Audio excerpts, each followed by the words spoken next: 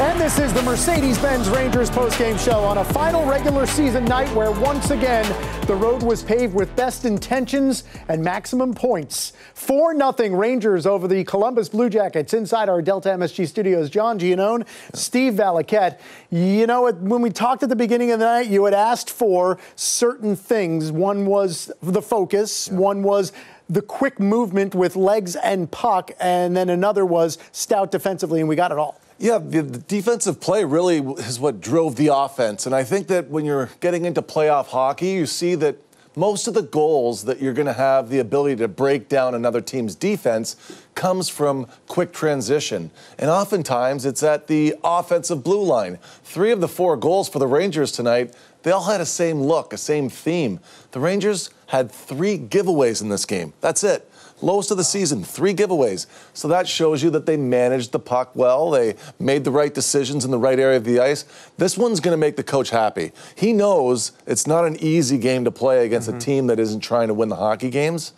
Columbus, I think that the Rangers played them as well as you could possibly play them under these conditions. Yeah, and after the other night in St. Louis, the head coach Gerard Gallant said he was happy the team got through the game. The Rangers did a whole lot more than that tonight. The regular season finale on the road, so now the Rangers wrap up a road season in which they played 41 games and lost exactly 9 in regulation time. 56 points, 4 more on the road than they had last year. They finished with more than 3 goals a game. They finished third with the fewest goals allowed at less than 2.5. Their goal differential was significant, and they had points in 9 of their last 10 on the road.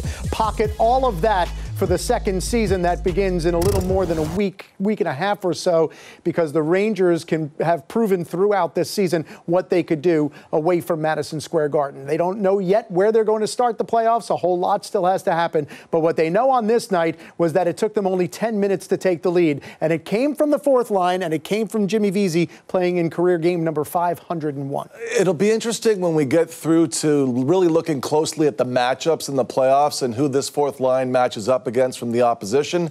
I can't imagine that anybody else's fourth line will have 30 goals on it.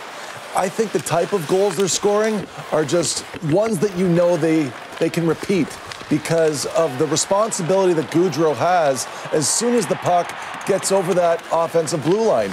His first instinct is to defend. That's certainly what you want. You want them to put pressure on the opposition off a forecheck, but you always need a responsible F3, which Gaudreau allows here, for then Mott to make a great backhanded play to Vesey that finishes it.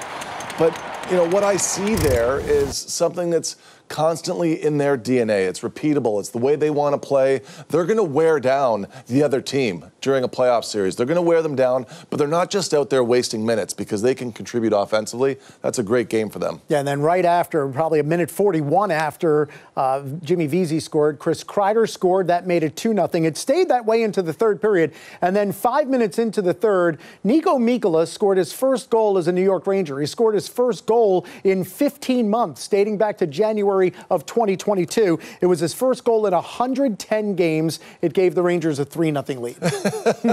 Nothing worse than the goalie hearing, first goal of the season scored by this late in the season. I've been on the backside of that one. Not a good feeling. The dump and chase game, it wasn't a big part of the Rangers game in this one. It was more of a possession-based dumping game, and you could see that Kane brings it in with possession. The key here is the support, and that's why the Rangers managed the puck so well, because they had layers of defense built into their offense. Zibanejad routes himself through the middle of the ice, and Kane has the skill level to be able to make this play. It's great on Mikkola right here, though, to understand that he can drive that weak side post. That's like a beacon of hope for the Rangers. Anytime the weak side defenseman can leave the point to go there. Why? Because on that play, you could see Kane was coming up ice after he made the play to Zibanejad to then be the third responsible forward. Again, they're reading off each other. And it looks to me, when the Rangers are at their best in the O-zone, they're positionless. But It's by design. The defensemen are driving back posts. They're able to help. I mean, the defensemen are one of the top scoring D-cores in the league for a reason. Yeah. But it's a lot of communication. It's a lot of trust. And the breakdown of Mikola's goal presented by our film room, sponsored by CDW and HP. Niko Mikkola played 17.5 minutes tonight, primarily alongside Braden Schneider on the third D pair. Here's what he had to say after the Rangers' 4-0 win in Columbus. Niko, how did it feel to get your first goal as a Ranger? Good. Little relief. It was the first of the season too, so it was nice to get that kind of free one, as I say. Like, great pass by Mika. I think I owe him a couple of beers.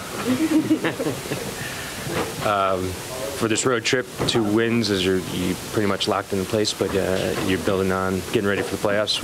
What did you think is the farthest progress leading towards that goal? Yeah, I think it was a good road game, pretty solid everywhere, and like we have 2 games left and try to play the right way on those and get us ready to the playoffs. Niko, were you worried about that penalty call in the second period though? A little bit maybe, like, because they say first one like it was 5. Yeah. But like I knew when they checked that again, so because I had the puck, so I didn't even try to hit that guy, so I think that was a good call. You know, Niko Mikkola deserves a lot of credit, not only for scoring the goal tonight, but keep in mind, he's the guy who stepped up from about a 15, 16-minute-a-game guy to playing well more than 20 minutes most, if not every night, in Ryan Lindgren's place. Now he's back playing third-pair D with Braden Schneider heading into the playoffs. That will fortify the Rangers top to bottom, but he has really proven himself since coming from St. Louis. I'd like to go for a beer with that guy. You know, he looks like a lot of fun. The coaching staff in St. Louis, I touched base with them after the trade when Tarasenko and he came over. First thing they said was, we are going to miss him on our penalty kill because when we get into trouble and the lineup gets a little thin and one of our D is in the penalty box, we're very comfortable having him go over the boards because he wants to be out there.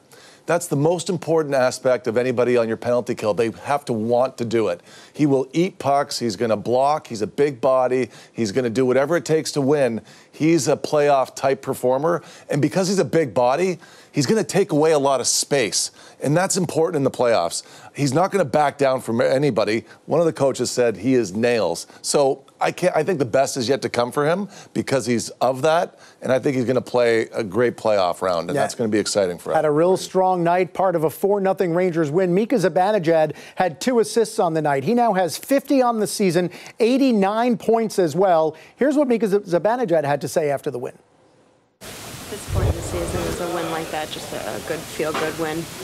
Yeah, I mean, we got 2 more games after this, and obviously we want to get ready for the playoffs and trying to create good habits, but also winning keeps the mood up, and that's what we want to keep doing the next 2 games here, and try to get ourselves ready for the playoffs. Did Niko scream for that puck there? I hope not. Disrespect if he does. No, I mean, he was in a perfect spot. And, it's good to see him score. Get that off his back and not have to think about it. So that's good. How good is it to see you get the shutout tonight, given what he's meant to you guys all year? Yeah, I mean, the way he plays and the way he gives us a chance to win every night. That's obviously nice to be able to help him out, even though it was maybe a little bit stressful the last 2 minutes there. But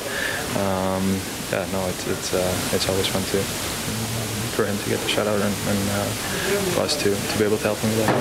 How was it playing with Patrick?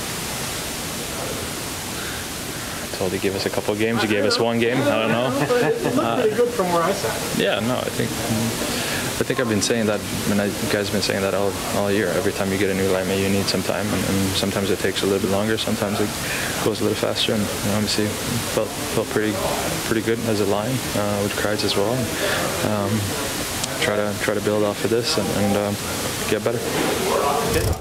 You heard Zibanejad talk about Igor Shesterkin, 20 saves, 3rd shutout of the season, 11th of his career. Shesterkin finishes the season 17-4-4 on the road, part of a 4-0 Rangers win.